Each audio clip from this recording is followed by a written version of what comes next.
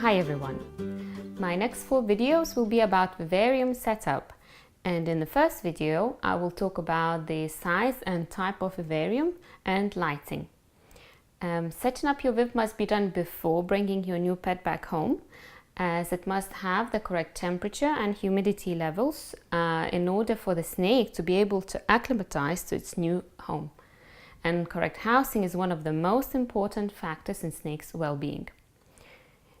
If you have more than one snake, keep them separately. Cohabiting could stress the snake out and that could mean feeding problems and so on. Okay, so first you need a Viv. Lots of people keep their snakes in tubs or fish tanks, which are okay too, but my video will be specifically about Vivarium setup. By the way, I wouldn't suggest using fish tanks, as keeping the right temperature and humidity levels is very difficult due to the ventilation being set up for a fish rather than a snake. Many commercial breeders, they keep their snakes in a rack system, which is quite a successful way keeping a large amount of snakes, as the ball pythons do prefer enclosed spaces, and they do associate each drawer as a rock crevice or a burrow. But we as a hobbyist, we want to give our pets the very best of everything. Therefore, we should provide our snake enough space to move, climb and explore. So, I got my Viv from ProVivs UK, which is made of MFC board. And here is a quick video of setting it up. I think they are quite affordable and good quality. This one is 48 by 18 by 18 inches and costed me £86, including tax and delivery. And this Viv will be good enough for my adult snake for the rest of her life.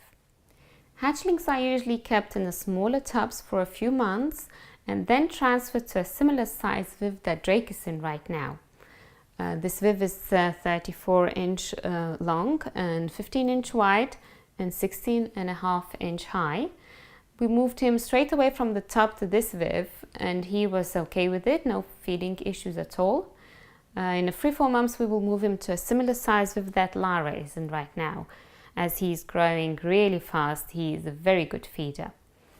In general, the length of the Viv should be at least 2/3 of a snake's length, but it could be bigger as long as you put enough heights and decor for snake to feel secure. Ball pythons are extraordinary escape artists, and if there is a fault in your Viv, they will find it and they will escape. They can pass through the narrowest gaps, especially hatchlings. So, good vivarium should have access via lockable doors at the front of the Viv, ventilation, air rises with the heat, so cold side ventilation should be at the bottom and hot side at the top. That would ensure airflow. And humidity retention. Ball pythons prefer humid and warm environment, so your Viv must be suitable to sustain that. Lighting is not as important as heating or humidity, but still essential, especially if you don't have enough natural light coming through, although direct sunlight should be avoided. Snakes should have day and night cycles, each around 12 hours. I use LED light strips that you can find anywhere on eBay or Amazon. Extra tape may be needed as the heating in the Viv softens the adhesive of the strips.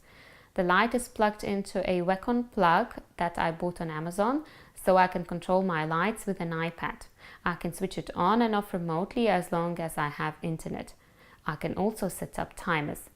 I would really suggest to get it, especially it's very handy when you go on holiday, as it happened to me once that the previous plug timer didn't work, so I had to ask my friend to drive for over an hour just to switch the lights off. I didn't want to stress my ball python. In general, ball pythons don't need lighting for vitamin D3 production, as they evolved to bypass the step by absorbing it from the liver of their prey.